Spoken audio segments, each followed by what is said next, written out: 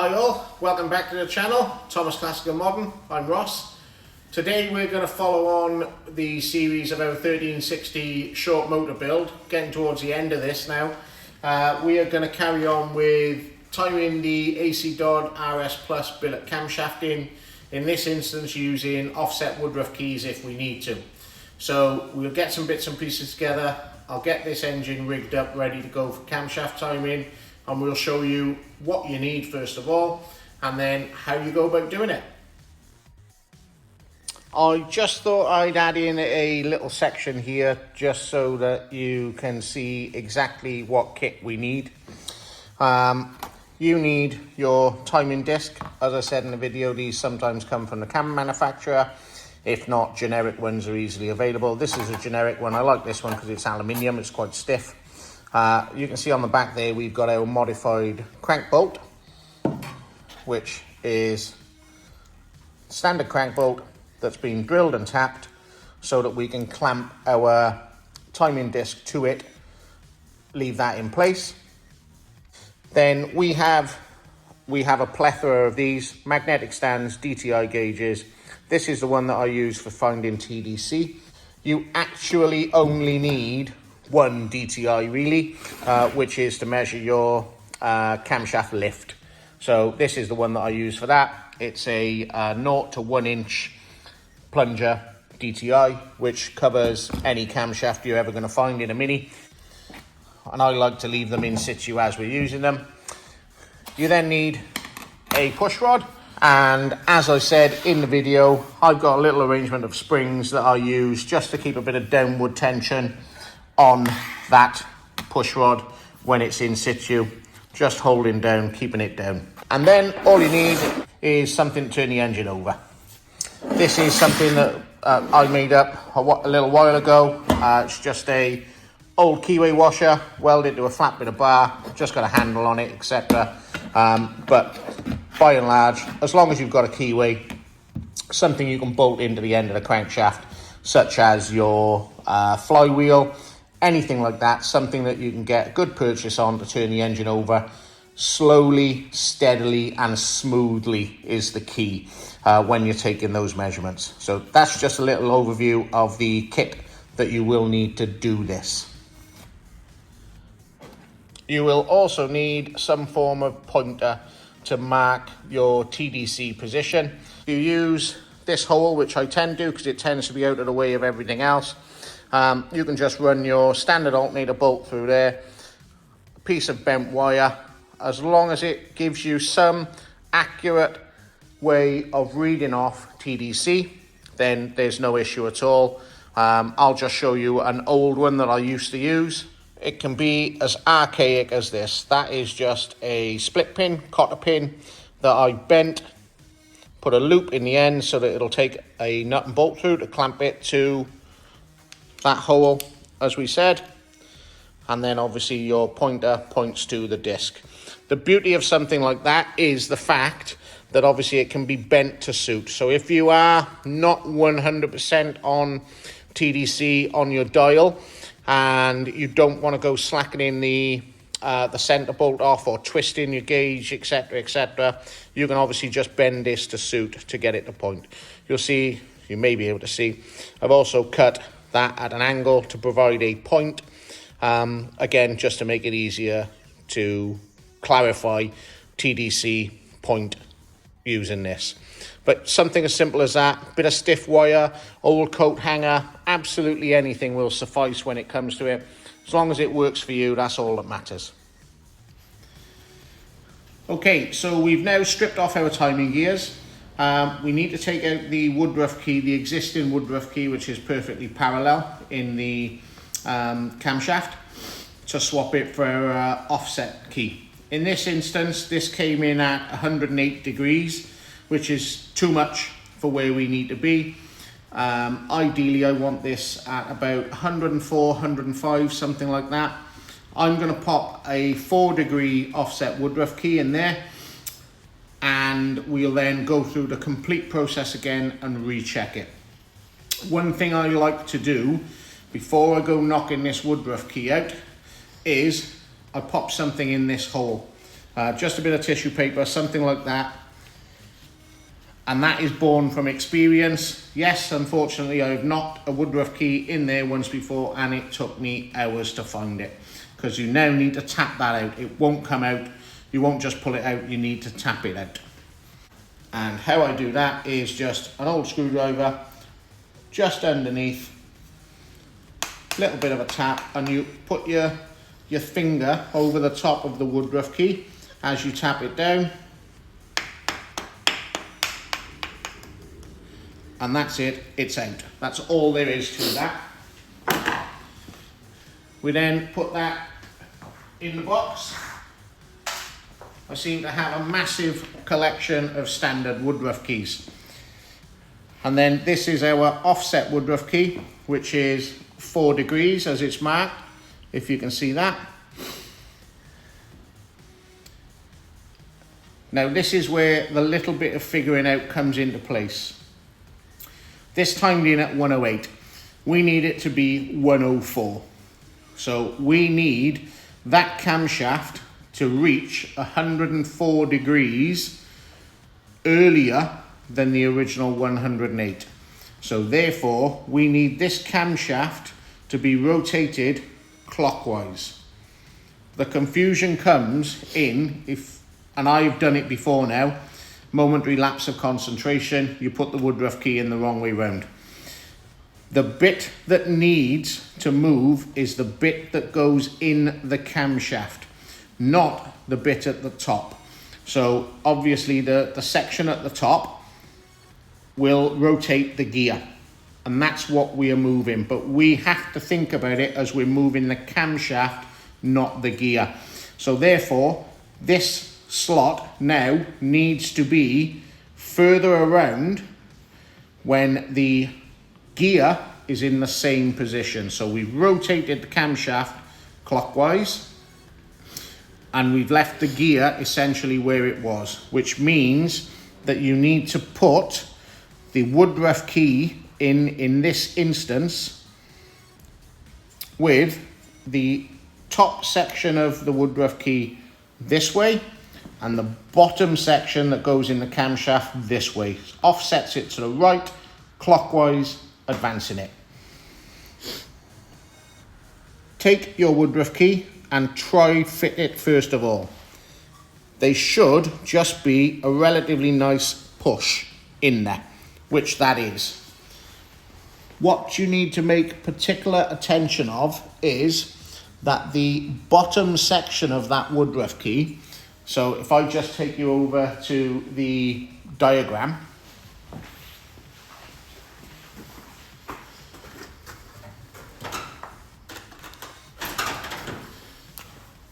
this section here that is in the camshaft, so this is our camshaft journal, the Woodruff key is pushed in.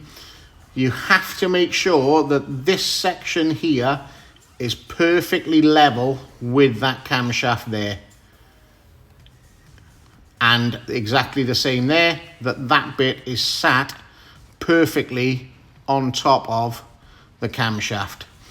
If it isn't, when you come to slide the gear on, you will end up pushing that Woodruff key back out of its half moon shaped slot. If that is the case and it is not sat, do not file that off there to make it work, because you will have to file that off there and then some off the top. And what you will find is you haven't got a lot of this Woodruff key located in the timing gear itself. What you have to do is take a bit off the bottom as a side view, off the bottom of this half moon section, so that it sits in the camshaft further. That will then bring this section across the top level with the camshaft journal itself. So just a point to note, do not file these bits down and then take it off the top. You'll alter all of the shape, and what you actually run the risk of doing as well is altering the degrees that the offset Woodruff key is actually set to. So it's not the way I like to do it. I like to take it off the bottom of the half moon and drop it further in the camshaft.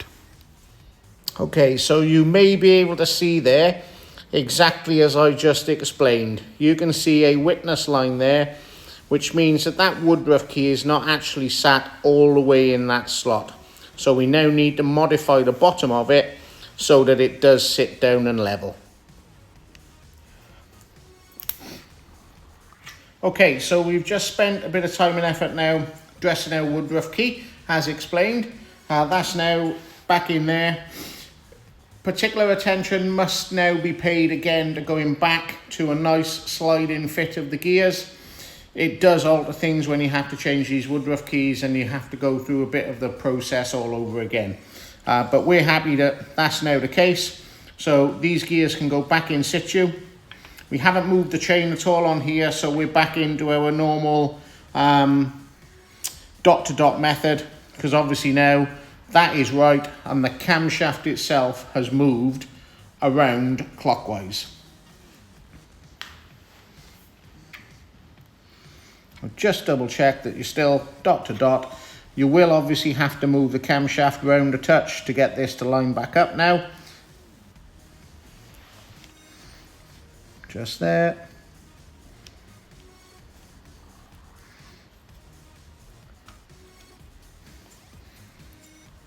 And there we go. That's back in place, ready for us to torque back up. We'll put our tensioner back on.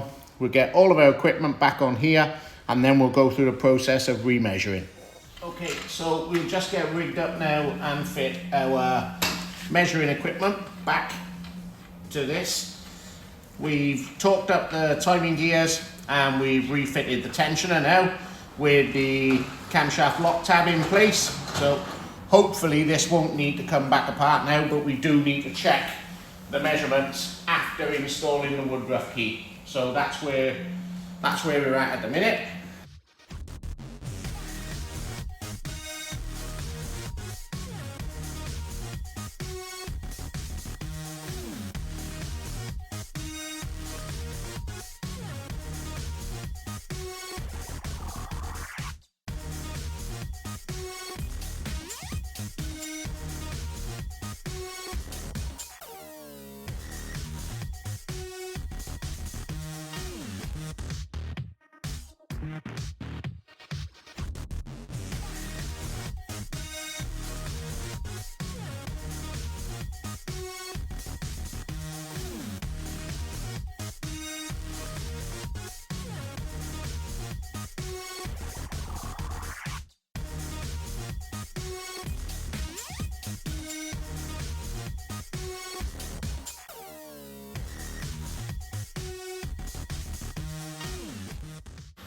Okay, so what we now need to do is find our absolute TDC again. Same procedure as before. That's going down, that's coming up. That's our low point. We'll just zero that there. And then we'll go through and back to 90.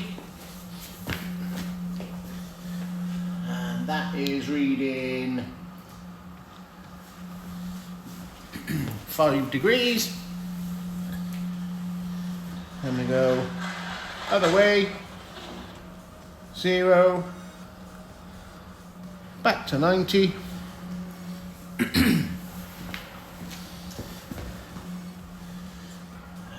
That is reading 1, 2, that is reading 3 degrees the other side. So add those two up is 8. So what we now need to do is go back the other way so that we are on 4, which is probably going to be about there, looking at the gauge.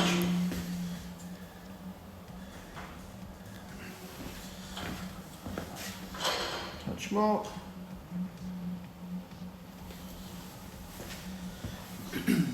And there we go, that's back on 4 degrees there. So as it's just ever so slightly out. That's my pointer now lined up with absolute top dead centre. And we are back on 0 on our gauge. So I'm happy now that we've got accurate top dead centre. We'll just go through the measuring procedure, exactly the same as before.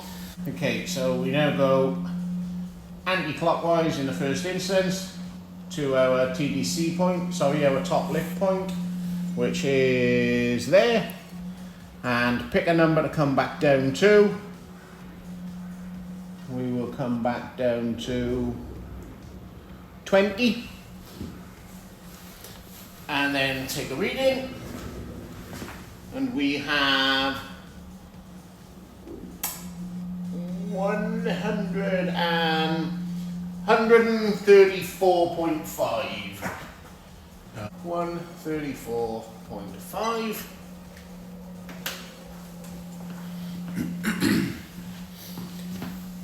And we then come clockwise, back to full lift, back down to the same number, which in this instance was 20. As I said before, it doesn't matter which numbers you pick, as long as you go to the same number both sides of that full lift point. And that is 73.5. Oh, 73.5. So that's one side of full lift.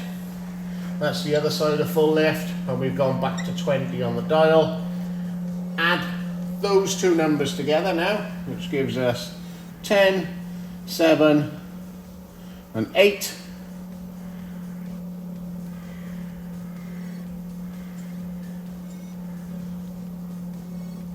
And then we've got 10 there,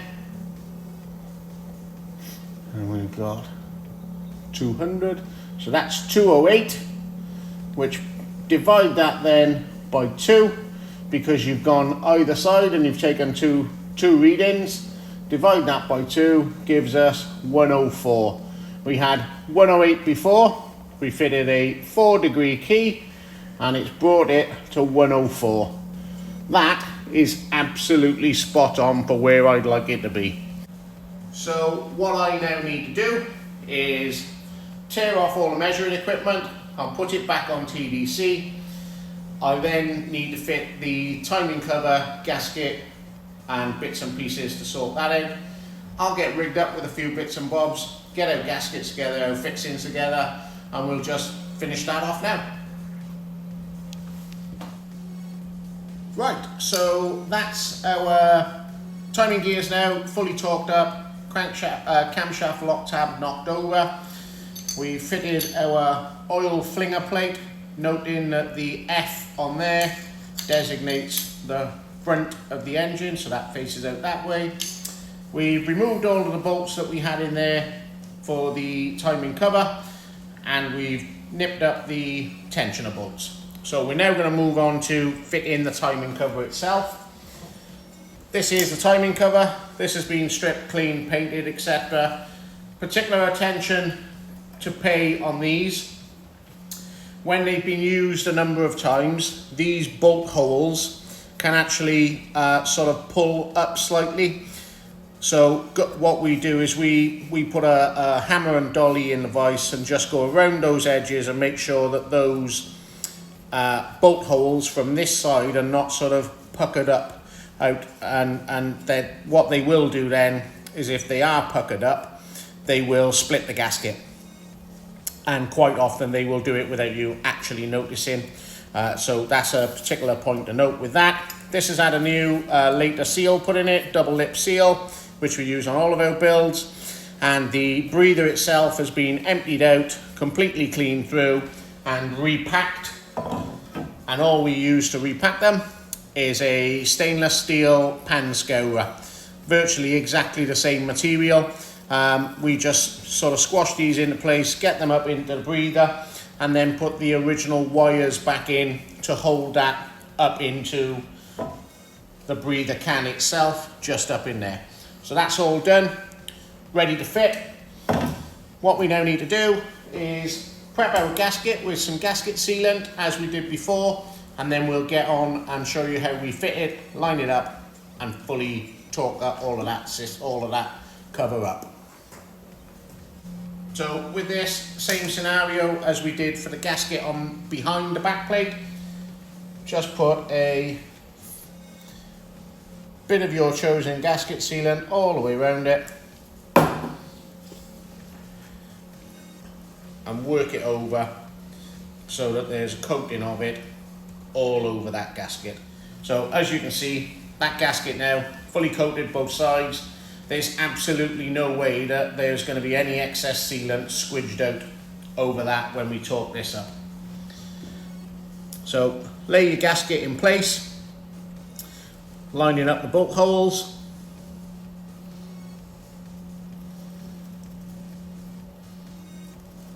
Just like so. I shall then lose the gloves. Take your timing cover, drop that in situ. Again, trying to line up the bolt holes. And then go around and put your 5/16 bolts in first of all, which are the larger ones that you've just removed. So start those.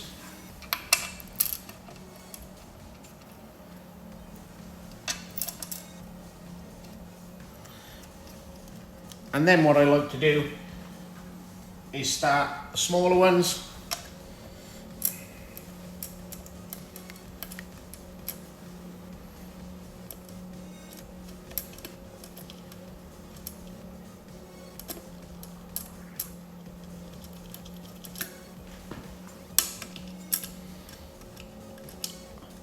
And we're literally just starting these and winding them in a couple of threads so that we know they're in there and located.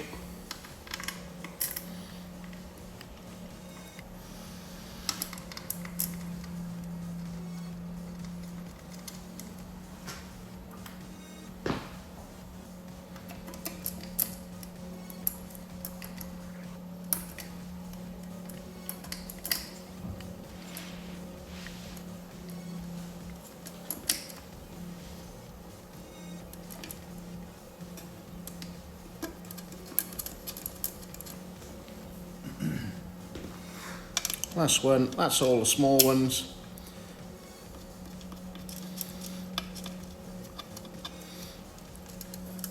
They're all in, but that timing cover now is not pulled down tight. That gives it a little bit of room, which we need to now slot on our crank damper.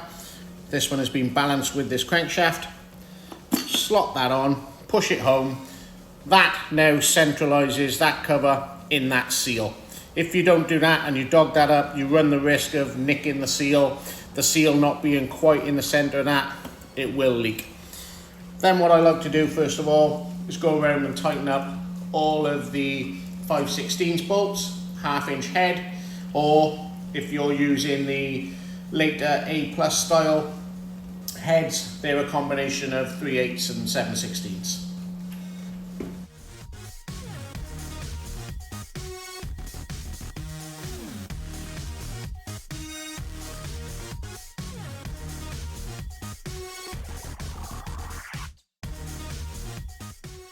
And the torque setting for these is 16 Newton meters for the larger 5/16.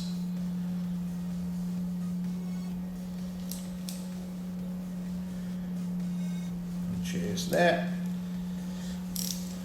Go around those nice and evenly, wind them in a little bit.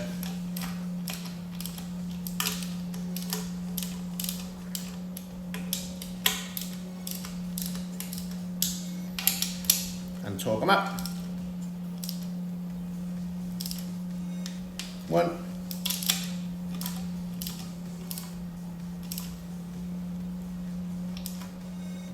2, 2,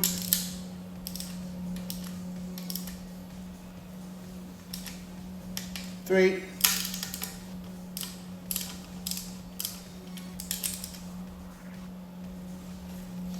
'Cause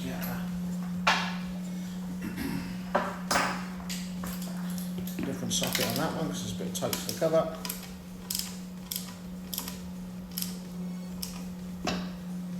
4. So that is 1, 2, 3, 4. That's the 5/16 one's fully tight. That timing cover now cannot move. How I like to do this now is I'll do all of the top smaller quarter UNF bolts, which are 7/16 head, and tighten those to 7 Newton meters, next to nothing.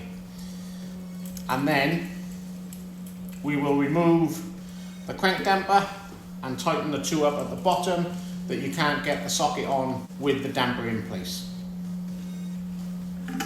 7 Newton meters. Wind those in.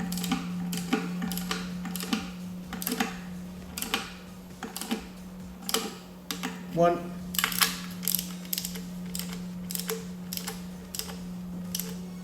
2,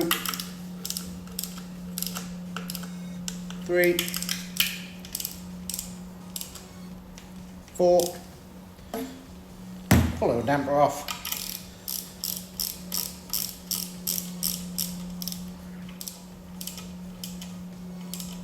5, 6. 1, 2, 3, 4, 5, 6.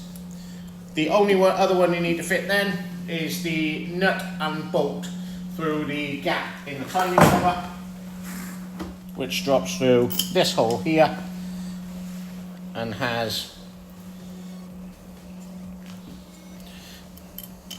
a couple of washers and a nut on the other side. And that one gets torqued to 16 Newton meters, the same as the other 5/16. Done. And there we go. Timing cover, fully in situ, all torqued up. We now need to fit the crank damper and get that torqued up.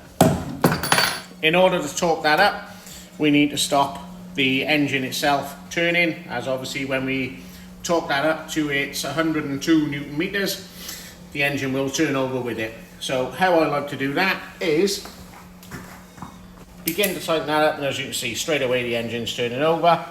Just pop a hammer shaft, soft hammer shaft, in between the conrod and the block.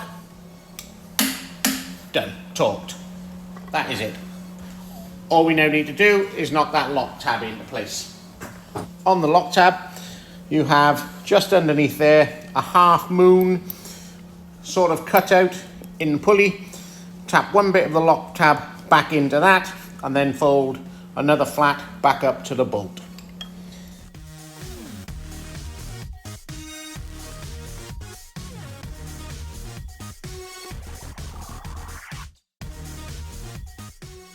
You can now see that that ear of that lock tab is located in there, which means that lock tab can't move. And to pull the lock tab the other way, I generally go pretty opposite where that is. Pair of water pump pliers, small ones, and pull that back up against the bolt like that.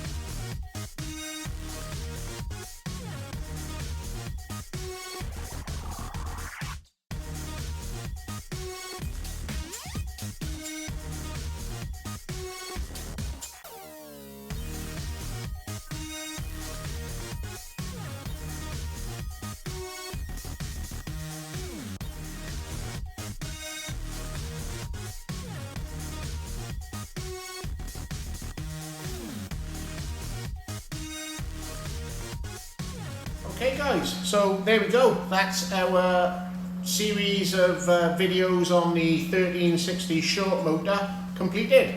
The build is now complete. We have everything assembled on this one ready for shipping. In this instance, we've actually fitted a distributor drive because the chap wanted it positioned correctly where it should be, just for shipping purposes, and the chap can fit his own distributor then and know that it's lined up correctly. Hope you enjoyed that series of videos.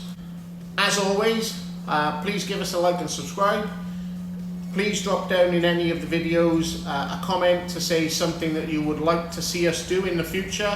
We have a few things planned, but obviously they're our ideas. We'd love to hear your ideas. So in the meantime, thanks very much for watching, and we'll see you soon.